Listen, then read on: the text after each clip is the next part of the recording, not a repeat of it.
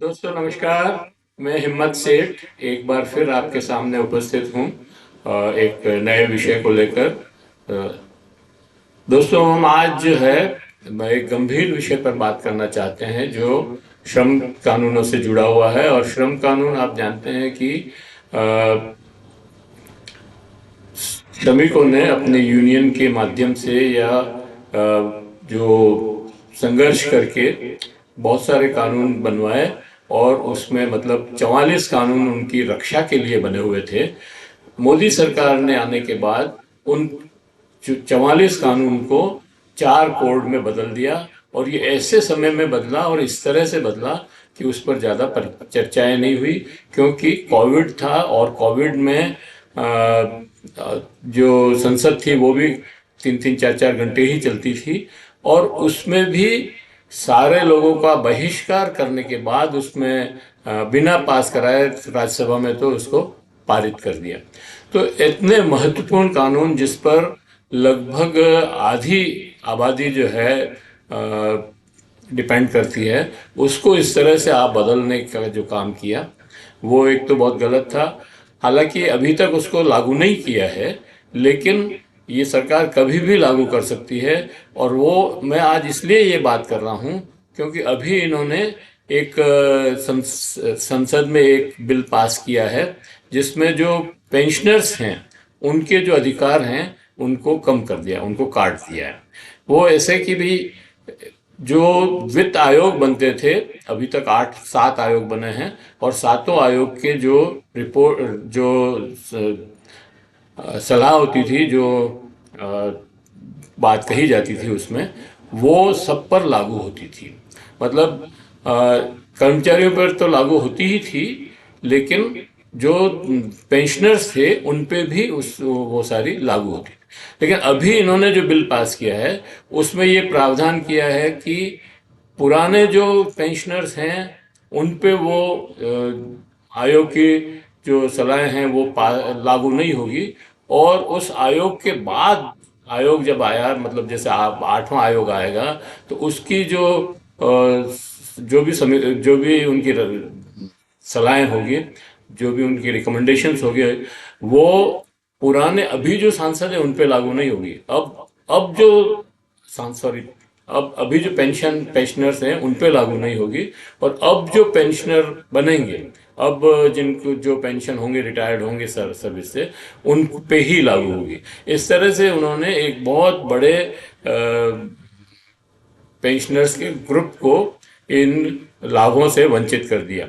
जबकि जैसे जैसे उम्र बढ़ती है वैसे वैसे लोगों को ज़्यादा सुविधाएं चाहिए। सुविधाएं मतलब मेडिकल फैसिलिटी भी चाहिए, दवाइयाँ भी चाहिए, और भी कई चीज़ें ऐसी होती है जो चाहिए। और महंगाई जिस तरह से बढ़ रही है लगातार, वो फिर पुरानी पेंशन से काम नहीं चल सकता। ये पता नहीं इस सरकार का क्या है कि ये लगातार पहले एनपीएस और ओपीएस का झगड़ा अभी तक चल ही रहा है, वो निपटा नहीं है। जो एनपीएस का मतलब न्यू पेंशन स्कीम और ओपीएस मतलब ओल्ड पेंशन स्कीम, तो उसमें अभी तक बहुत सारी सरकारों ने ओपीएस लागू कर दी है, लेकिन अभी उनका भी झगड़ा निपटा नहीं है। और ये नया फिर लफड़ा जो है इन्होंने चालू कर दिया है। खैर, तो इस विषय पर बात करने के लिए आज हमारे साथ इंजीनियर पीयूष जोशी और इंजीनियर बीएल पंचाल हमारे साथ हैं। ये दोनों ट्रेड यूनियन में काम करते थे, इनकी एसोसिएशन थी इंजीनियर्स एसोसिएशन, उसमें। और इनको लेबर लॉज की भी जानकारी है, और ये जो नया पेंशन बिल आया है इसकी भी जानकारी है। तो ये कैसे इफेक्ट, मतलब ये दोनों रिटायर्ड आदमी हैं, इन दोनों पे ये पेंशन, अब जो पेंशन अब जो आयोग आएगा, आयोग की सिफारिशें आएगी, वो इन पे लागू नहीं हुई। तो ये कैसे इफेक्ट होंगे ये आपको बताएंगे। तो आ, मैं ये माइक इनको दूँ दोनों साहबान को, उसके पहले ये अपील करना चाहता हूँ कि अगर आपने हमारे इस यूट्यूब चैनल महावीर समता संदेश को सब्सक्राइब न किया है तो सब्सक्राइब कर लें, बेल आइकन दबाना न भूलें। अगर आपको वीडियो अच्छा लग रहा है तो लाइक करें, फॉरवर्ड करें, और सोशल ग्रुप्स में डालें। और दोस्तों, ये सब्सक्राइब जो आप करते हैं वो एक दफ़े ही करना होता है और उसका कोई नुकसान नहीं है। और फ़ायदा ये है कि जब भी हम कोई नया वीडियो बनाते हैं आपके पास उसका नोटिफिकेशन पहुंचता है। और हमें आपके सब्सक्राइब करने से, लाइक करने से थोड़ा प्रोत्साहन मिलता है। तो मैं समझता हूं कि आप ज़रूर हमें लाभान्वित करेंगे सब्सक्राइब करके। अब पीयूष जी, आपसे शुरू करूं। पीयूष जी, तो ये जो 4 कानून, मतलब 44 कानून तो इन्होंने बदल दिए और हमारी ट्रेड यूनियन ने कुछ भी नहीं कर पाई उसमें। और अब अभी तक भी चल रहा है, रोज मीटिंगें होती है। वो सिद्धू साहब की जो है प्रेस रिपोर्ट्स भी आती है, सब कुछ है, लेकिन अभी तक वो सेटल नहीं हुआ है। अभी उन्होंने धमकी दी है कि अगर जिस रोज आप लागू करोगे उसके दूसरे रोज सारे देश में हड़ताल हो जाएगी। ये बात ठीक है और इसीलिए शायद सरकार जो है लागू करने में हिचकिचा रही है। लेकिन ये पेंशन बिल, जैसे अभी ये जो पेंशन बिल, तो क्या है, आयोग का जो बिल पास किया है कि इस आयोग की जो अनुशंसाएं होगी वो पुराने पेंशनर्स पे लागू नहीं होगी और जो अब पेंशनर बनेंगे उन्हीं पे लागू होगी।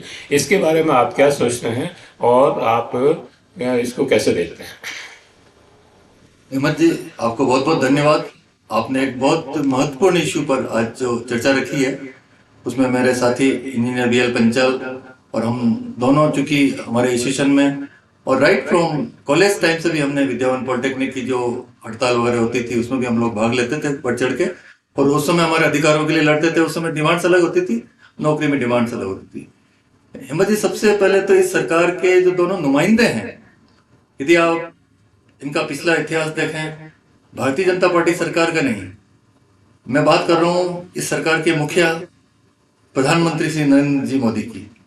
आप इतिहास उठा के देखें, जब 12-13 साल ये जब गुजरात के मुख्यमंत्री थे, भारत में सबसे लास्ट में ये वेतन आयोग को लागू करने की उम्मीद रखते थे। वहां के कर्मचारियों को बहुत भुगतना पड़ता था।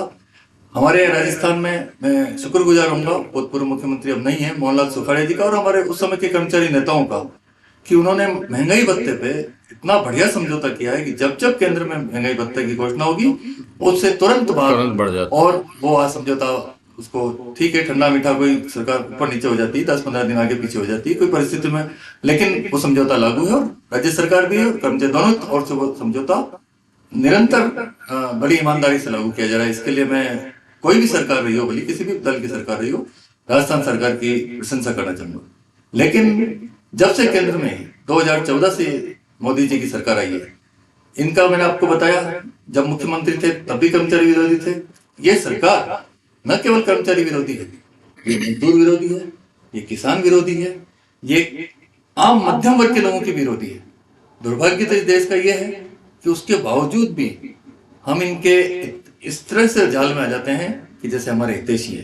केवल उसका आप जिक्र नहीं करना चाहूंगा, अपना विषय अलग है, लेकिन सीधे सीधे जो इन्होंने इसका दुरुपयोग किया है, श्रम कानून को 4 में लाने में, किसान के 3 काले कानून लाने में, वो आपको याद होगा किसानों के साथ इन्होंने कैसा बर्ताव किया।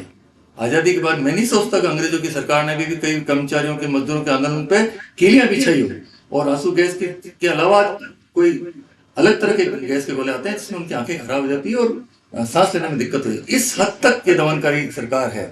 यदि इस सरकार, मैं कहता हूं भला हो कि 5 साल उत्तर प्रदेश की सरकार को हो रहे थे और विधानसभा के चुनाव थे, नहीं तो आप क्या सोचते हो वो कुचलने के ही मूड में थे।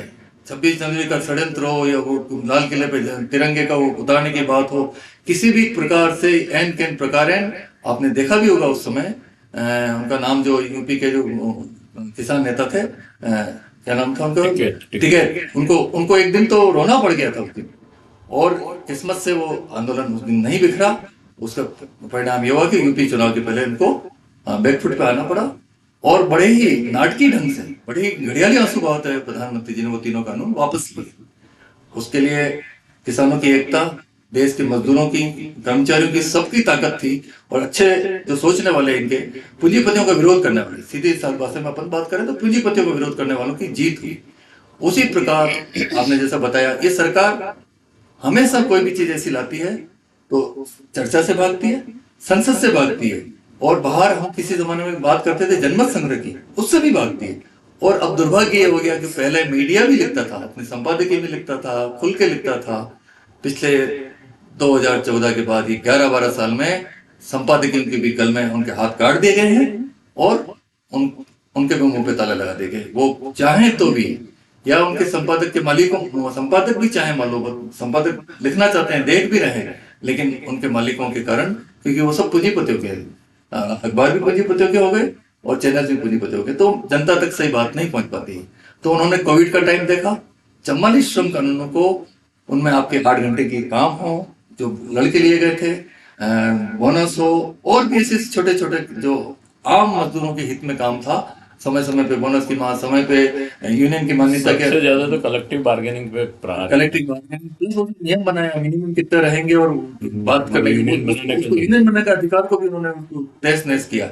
तो एक समय ऐसा आएगा कि विरोध करने का और हड़ताल का अधिकार भी समाप्त हो जाएगा। तो बीच में एक बार हो ही गया है, ऐसी स्थिति आई भी थी, लगभग हो ही ऐसी गया। स्थिति आई भी थी कि लोकसभा में, और एक जज साहब की कहीं गाड़ी वाड़ी रुक गई थी, तो उन्होंने, जज साहब ने हुक्म चला दिया था कोर्ट से, मैं कोर्ट का कोई अवमानना वाली बात नहीं कर रहा हूँ, लेकिन इस देश में ये जज यदि सड़क पे जाएंगे तो सड़क पे तो सब तरह की चीज होगी, यदि उनको हेलीकॉप्टर से जाना तो उड़ के जाए अपने न्यायालय में, लेकिन ये नहीं कह सकते हैं कि देश में आज से हड़ताल का अधिकार खत्म या रास्ता रोकने का अधिकार खत्म। वो हमको महात्मा गांधी ने, आजादी के लोगों ने हमको लड़के मिला है, वो कोई खिरात में नहीं दिया गया किसी जज के द्वारा, या किसी जज के पूर्वजों द्वारा, या किसी सरकार के द्वारा। तो हमने अंग्रेजों से भी लड़े, इन काले अंग्रेजों से भी लड़ेंगे, और जो ब्यूरोक्रेसी जो इससे पीछे होती है उनसे भी लड़ेंगे। तो श्रम कानून जो अभी क्योंकि किसानों की एकता देखी, उसके डर के कारण लागू नहीं कर पा रहे, लेकिन कोई भरोसा नहीं इसका, इस सरकार का रातों रात कब ये नोटिफिकेशन करना और लग जाए। और अभी ये लेटेस्ट जो अपन जिस पे जिक्र कर रहे हैं, मतलब पेंशन भोगियों को भी नहीं बख्श रहे। अभी आप देखो, इनकी सैलरी इन्होंने 24% 1 मिनट में बढ़ाई है, और दुर्भाग्य ये है कि कोई सांसद एक ने भी इसमें न तो चर्चा की, न इस पे क्यों बढ़ाई गई, क्यों करने गई, इसके अलावा उसका कोई आधार नहीं है। 5 मिनट में सब काम हो गया, ऐसे ही विधानसभा में हो जाया करेगा। राजनेताओं को पैसा चाहिए, राजनेताओं को पैसा चाहिए, बड़ी ब्यूरोक्रेसी को पैसा चाहिए, और इन सबको पैसा चाहिए अपनी संपत्ति बनाने के लिए, और उसमें भ्रष्टाचार भी करते हैं। जब नीचे वाला आदमी, मजदूर कर्मचारी अपनी वाजिब मांगों के लिए भी मांगता है तो इनको बड़ा दर्द होता है। अब इनको पेंशन भी कर रही है, तो एनपीएस लाए, ऐसा लाए, फिर अभी बीच में ज्यादा विरोध हुआ तो उसको यूपीएस ला के भ्रमित कर रहे हैं जनता, कर्मचारियों को डिवाइड करना चाह रहे हैं। तो ये भी एक डिवाइड का ही कार्यक्रम है। 8वां वेतन आयोग, बीच में लोकसभा में बहुत निर्लजता से वित्त मंत्री जी का भी जवाब था, और राज्यसभा में दूसरे मंत्री जी का जवाब था कि वेतन आयोग का कोई प्रस्ताव विचाराधीन नहीं है।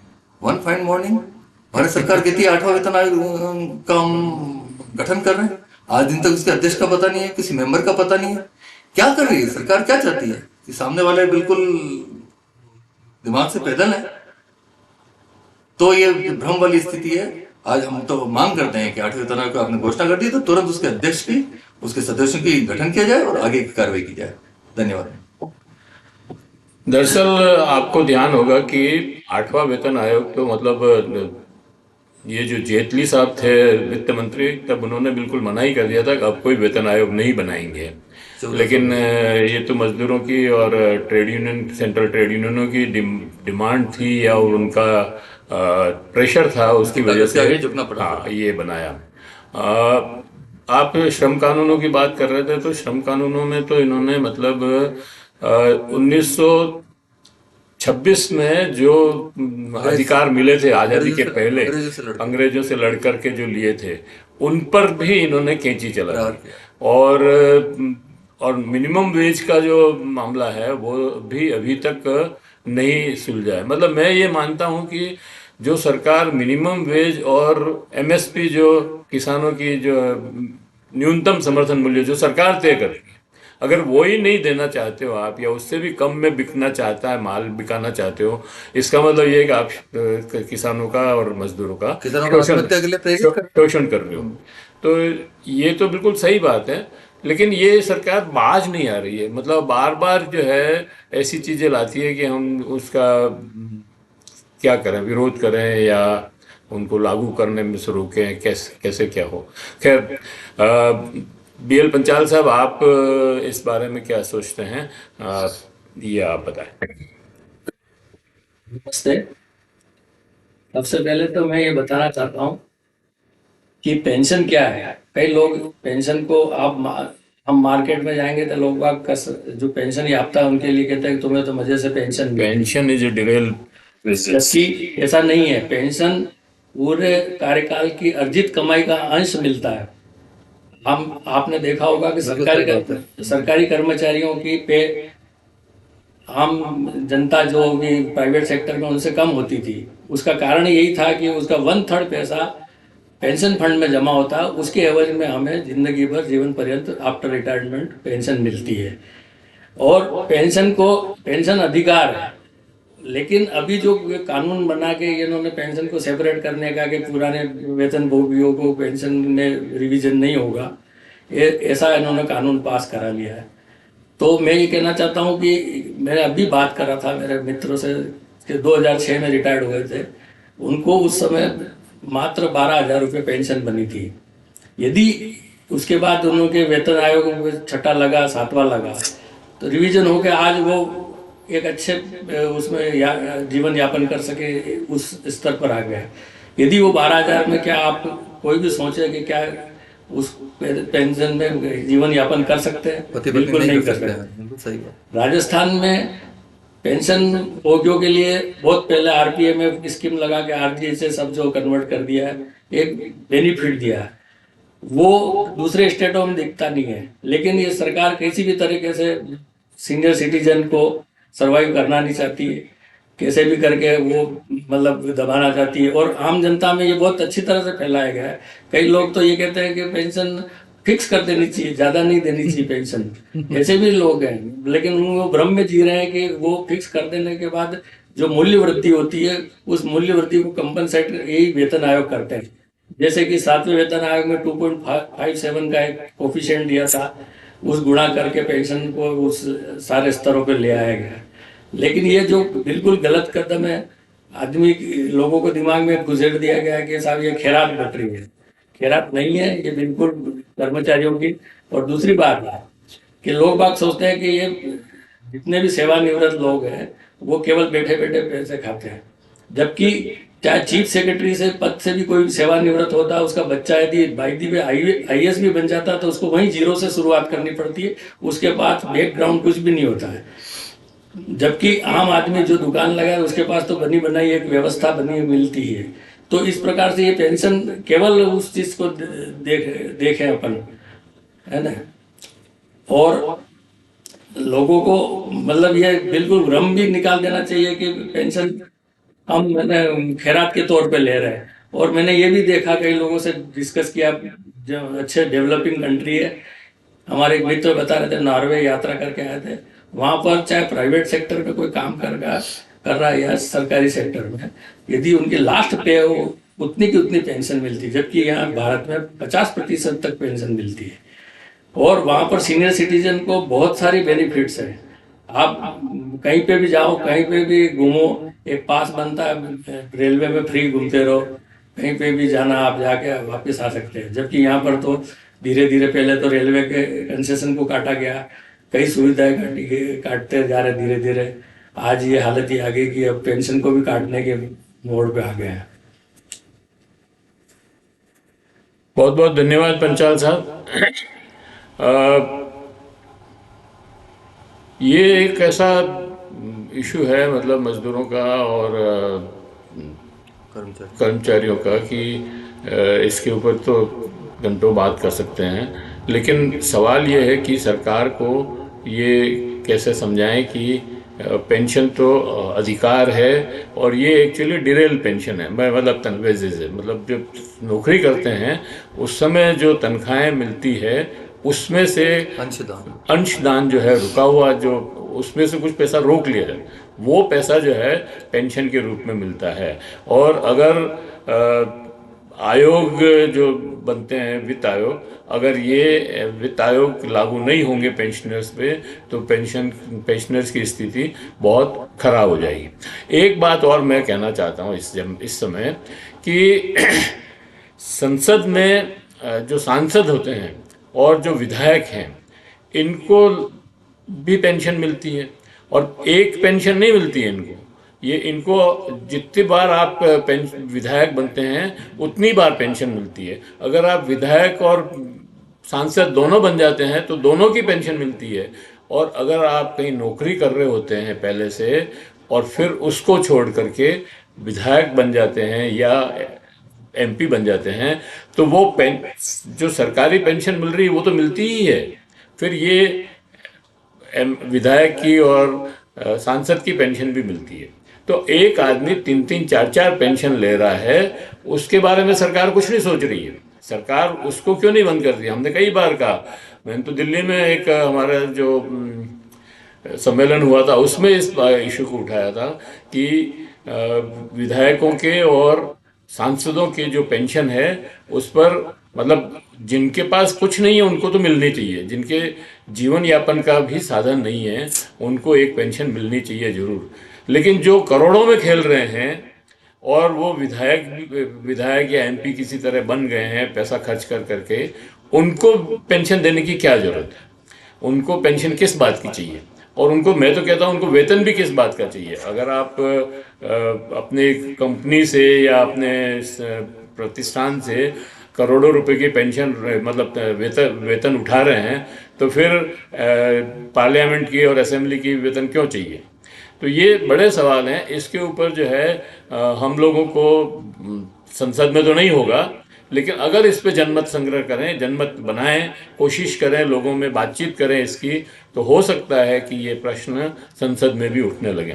तो इसी नोट के साथ में इस वार्ता इसमें एक ऐड करना चाहूंगा।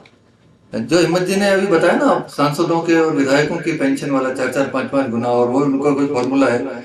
केवल मैं किसी भी पार्टी की सरकार है, भली पंजाब सरकार को बधाई देना चाहूंगा कि महाराष्ट्र सरकार ने आते ही उसमें से एक कोई भी एक पेंशन ऑफ करने के लिए, तो पंजाब को एग्जांपल लेके सारी राज्य सरकारों को, और मैं तो कहता हूँ केंद्र सरकार को, मोदी जी की केंद्र सरकार को भी ऐसा उदाहरण पेश करना चाहिए कि कोई भी सांसद विधायक जो किसी भी, इवन महापौर वो जिस पदों पर रहते हैं उनमें से भी मान लो कुछ मिल रहा तो वो अंत तक नहीं छोड़ते।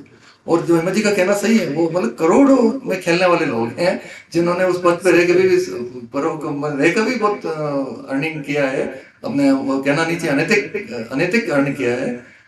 उनको हम 3-3 4-4 पेंशन बड़ी नग्नता से दे रहे हैं, और एक किसान मजदूर अपनी मिनिमम वेजेस के लिए सड़क पर, तो उसको हम लाठी और आंसू गैस के गोले छोड़ रहे हैं। दर्दनाक स्थिति है, दयनीय स्थिति है। सरकार का ये कर्मचारी, मजदूर और किसान विरोधी रवैया वास्तव में असहनीय है। यदि किसी देश को उन्नति करनी है तो इन तीनों को यदि आपने इज्जत नहीं बख्शी, क्योंकि खून पसीना बहाते हैं सभी जो वर्ग हैं, खून पसीना बहाते हैं देश के लिए, प्रगति के लिए, निर्माण के लिए। जय हिंद। किसानों के आंदोलन में जो 700 किसान मर गए, उनको मतलब नरेंद्र मोदी ने श्रद्धांजलि तक देना उचित नहीं समझा। तो अब आप उनसे आप अपेक्षा करें कि वो सम्मान देंगे तो काहे के सम्मान देंगे। मैं इस अवसर पे ये भी कहना चाहता हूँ कि जो भी किसान लोग हैं और किसान या दूसरे जो भी गरीब लोग हैं जो 60 साल से ऊपर हो गए हैं और अब काम नहीं कर सकते हैं, उनको भी सरकार को कम से कम 5,000 या उससे ज़्यादा पेंशन देनी चाहिए महीने की। ये सरकार का सामाजिक दायित्व हाँ, ये सामाजिक दायित्व है, नहीं तो वो जिएंगे कैसे? सवाल ये है कि आपके केवल 5 किलो गेहूं देने से नहीं जी सकते हैं वो। तो इसलिए उनको भी पेंशन देनी चाहिए, चाहे वो किसान हो। किसान बेचारा अन्न उगजाता है, आपके पेट भरता है, तब भी भूखा रहता है, और उसके बाद जब काम नहीं होता है, उसके बाद उससे हो नहीं सकता है, उसकी हालत खराब हो जाती है, तब भी भूखा रहता है। तो और प्रकृति भी उसको साथ में रहती है कि कम से कम प्राकृतिक मार से ही मारा जाता है वो। तो जैसे ओले गिर गए तो आप क्या करो? तो कर्ज हो गया, तो उस कर्ज को माफ करना चाहिए सरकार को, लेकिन नहीं कर रही है। तो सरकार को इस बारे में थोड़ा गहनता से विचार करना चाहिए। और सबसे बड़ी बात ये, मैं तो ये कहता हूँ कि जो पूंजीपति हैं, जो अरबपति खरबपति जो लोग हैं, उन पे टैक्स क्यों नहीं लगाते हो आप? उनके टैक्स कम कर रहे हो, लोन माफ कर रहे हो, और टैक्स कम कर रहे हो, और गरीब आदमी जो नमक खरीदता है उस पर टैक्स लगा रहे हो। तो ये जो उल्टा जो रवैया चल रहा है, सरकार को इस पे ध्यान देना चाहिए और हम सबको भी इस बात को उठाना चाहिए। धन्यवाद। 3 अप्रैल को है इसी बात के साथ मैं ये ख़त्म करता हूँ। 3 अप्रैल को केंद्रीय कर्मचारियों का विरोध है, आप सब लोग उसमें पार्टिसिपेट करें। इस वीडियो को समाप्त करते हैं और एक बार फिर ये अपील करना चाहता हूँ कि अगर आपने अभी तक हमारे महावीर समता संदेश यूट्यूब चैनल को सब्सक्राइब न किया है तो सब्सक्राइब कर लें, बेल आइकन दबाना न भूलें और अगर वीडियो अच्छे लग रहे हैं तो लाइक करें, फॉरवर्ड करें और अपने सोशल ग्रुप्स में डालें। कमेंट बॉक्स में जाएं, कमेंट लिखें, सुझाव दें। आपके कमेंट और सुझाव हमें और बेहतर करने की ओर अग्रसर करेंगे। धन्यवाद। फिर मिलते हैं किसी और वीडियो के साथ। धन्यवाद।